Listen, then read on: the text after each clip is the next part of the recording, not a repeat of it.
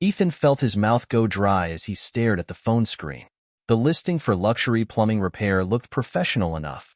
A sleek website, crisp blue and white logo, a list of services that all seemed legitimate. But nowhere did it mention weekly home visits. His mind started connecting dots he didn't want to connect. Jessica had called this number regularly. Every Wednesday, every Thursday, the same days the so-called plumber showed up. The same time, **2:14 p.m.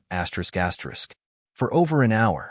Ethan's hands trembled as he locked the phone and placed it back exactly where he had found it, screen down on the nightstand. He turned and listened. Jessica was still in the shower, the steady stream of water drowning out his thoughts for a moment. His pulse was hammering. Was he imagining things? Was he being paranoid? He tried to recall the last time he and Jessica had talked about anything being broken in the house. A leaky sink? No. He would have noticed. He used the sink every day. There had never been an issue. And even if there had been, a repair shouldn't take weeks. His feet carried him to the kitchen without thinking. He turned on the faucet. Water flowed out smoothly. No odd noises, no drips. He ran his fingers around the base of the sink, the pipes beneath. Dry. Nothing needed fixing. A lump formed in his throat. He replayed the footage from yesterday in his mind. Jessica's smile, the way she greeted the man at the door. It wasn't just polite. It was warm, familiar. Like she knew him.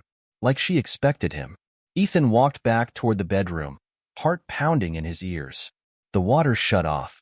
He heard the soft scrape of the shower curtain being pulled open.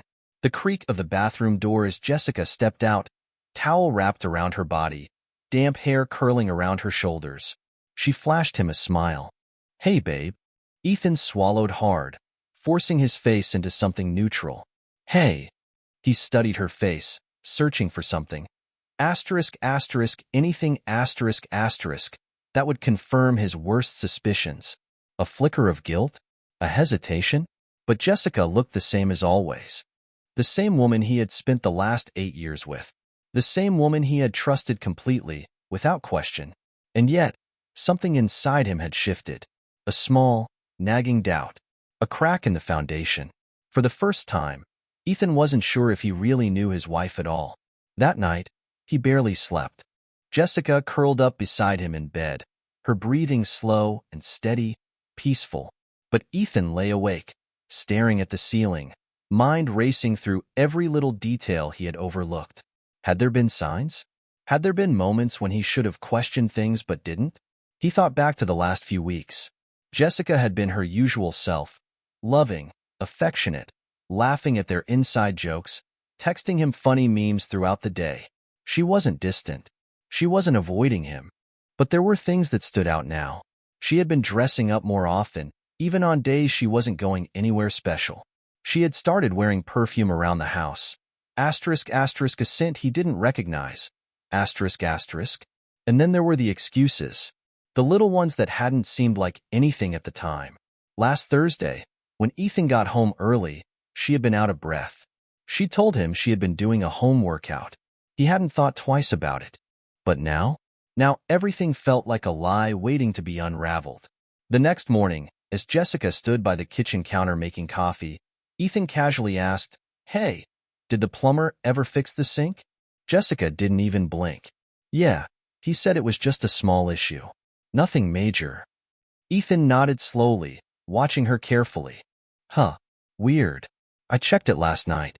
Didn't see anything wrong with it." She stirred her coffee. "Well, that's because he already fixed it, babe." She smiled, as if that was the end of it. Ethan forced a small chuckle. "Guess so." But deep down, he knew. This wasn't about pipes. And he was going to find out the truth. That gut feeling I had tried to ignore for weeks had become impossible to push aside. So I decided I needed proof. Real proof. Undeniable proof. Late that night, while Jessica was asleep, I moved carefully through the living room, installing a small, hidden camera on the bookshelf. It blended seamlessly with the other decorations, a tiny lens tucked between a framed photo of us and an old souvenir from a trip to Mexico. I adjusted the angle until I had the perfect view of the couch and the front door. Then, I paired a Bluetooth speaker to my phone. It was all part of the plan. In the morning, over coffee, I told Jessica I had an important meeting that would keep me away for most of the afternoon. She barely looked up from her phone. "Oh, okay," she said, stirring her coffee. "What time do you think you'll be home?" "Late," I said casually. She nodded, taking a sip, then flashed me a quick smile before going back to scrolling. No nervousness. No hesitation. She didn't even ask what the meeting was about. I forced a smile back, acting normal. But inside, my pulse was already hammering. Because this time, I wasn't actually leaving. Watching it happen. By 1:30 p.m., I was parked a few blocks away, the live feed from the hidden camera open on my phone. The house was quiet. Jessica moved around, tidying up, fixing her hair in the hallway mirror. She looked excited. That twisted something in my chest. At exactly 2:15 p.m., the front door unlocked. I tensed as I watched him step inside. The same man. The plumber. Only this time, he wasn't carrying any tools. He was holding a bottle of wine. Jessica's face lit up as she took it from him. She tilted her head playfully, said something I couldn't hear. They both laughed. And then, the part that made my stomach turn, she stepped forward and hugged him. I gripped the steering wheel tightly, my knuckles turning white. It wasn't a quick, friendly hug. It lingered. His hands rested low on her back, and she let him hold her there. Then, as if it were the most natural thing in the world, she led him to the couch. I stared at my phone screen, watching them pour wine, watching the way she leaned into him, the way their knees touched. There was no hesitation, no guilt. And then came the first kiss. It was slow, familiar, the kind of kiss that told me this wasn't new. I felt my chest tighten. I could have gone home right then, stormed in, confronted them, yelled. But I didn't, because I had a better idea. The edit. Sitting in my parked car, I opened my video editing app. If Jessica wanted to turn our marriage into a joke, then I'd turn this into a punchline. I clipped together every piece of evidence. First shot, me at my desk, smiling as I look at my phone. Cut 2. The intercom notification, front door unlocked at 2:14 p.m. Next sequence, a montage of Thursdays. The man entering, the warm welcomes, the embraces. Cut 2. The wine, the couch, the laughter. Final shot, the hidden camera's clearest footage of them together, tangled in each other. For the background, I picked the perfect song. I Keep Forgetting, We're Not in Love Anymore, by Michael McDonald. The slow, ironic melody played over the clips, each lyric cutting deeper. I added one last frame. Have you checked who's fixing your plumbing? I watched the video from beginning to end. Then I watched it again. It was perfect. I could feel the anger bubbling just beneath the surface, but instead of letting it explode, I channeled it into this. This was my response. I wasn't going to cry. I wasn't going to beg. I was going to let the truth speak for itself. I could have kept the video to myself. I could have confronted Jessica privately, forced her to explain herself. But after watching that footage, after seeing how effortlessly she betrayed me, how comfortable she was with another man in our home, I didn't feel like protecting her. So I sent the video to a private group chat with a few close friends. No explanation, no caption, just the video. I watched as the little scene icons popped up one by one. Then, the first reply. Dude, what? More messages flooded in. Shock, anger, disbelief. Someone asked if this was a joke. And then, a missed call from my best friend. I didn't answer. I just sat there, staring at my phone, feeling something shift inside me. This was just the beginning. The morning after I posted the video, the first ripple effect hit. I wasn't even watching my phone when the messages started coming in. Notifications flooding my screen, one after another. At first, I ignored them. But then I saw her name flash across the screen. Jessica. She had texted me 3 times in a row. Ethan, we need to talk. Please, just call me. I made a mistake. Please. I locked my phone without replying. Instead, I leaned back against the couch, staring at the ceiling, listening to the quiet hum of the house. Our house. I had expected fallout. I had expected tears. But I wasn't prepared for just how fast everything collapsed around Jessica. Her world falls apart. It started at work. Jessica was used to being the center of attention. She was well-liked, always laughing with her coworkers, always quick with a joke or a coffee run. But after the video leaked, things changed. She walked into the office, and no one looked at her. Conversations stopped when she entered the break room. The usual lunchtime invitations disappeared. People whispered when they thought she wasn't listening. Her manager called her in, asked if everything was okay. He didn't mention the video directly, but Jessica knew.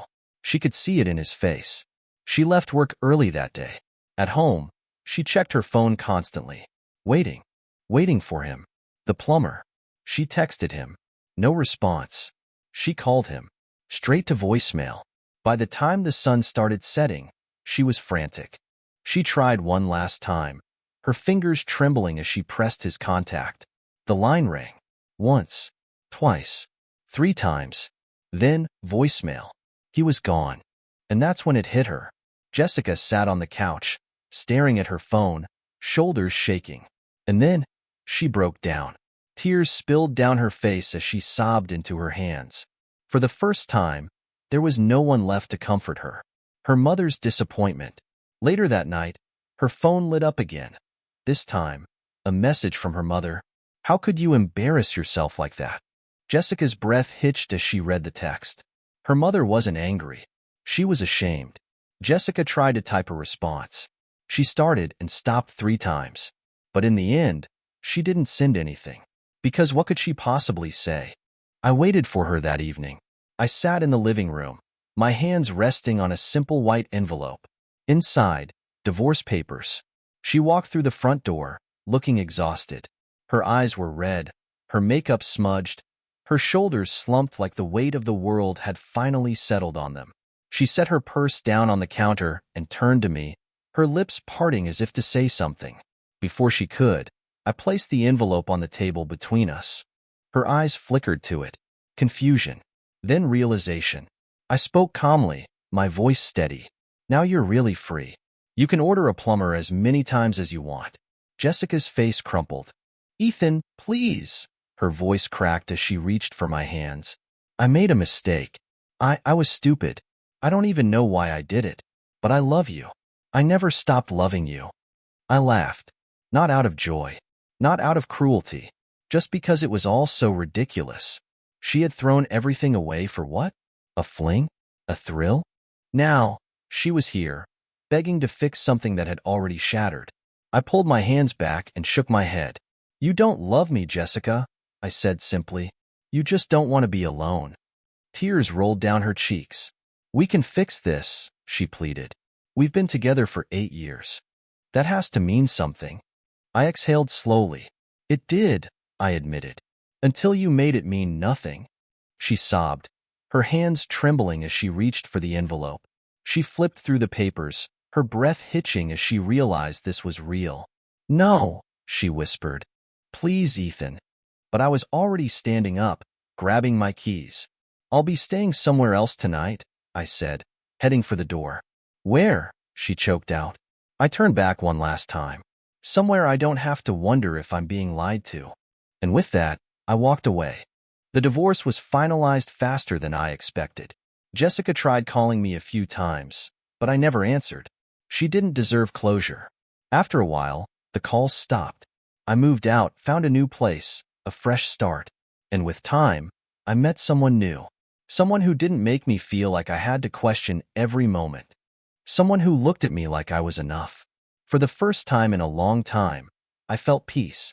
Jessica had lost everything, and I had finally found myself.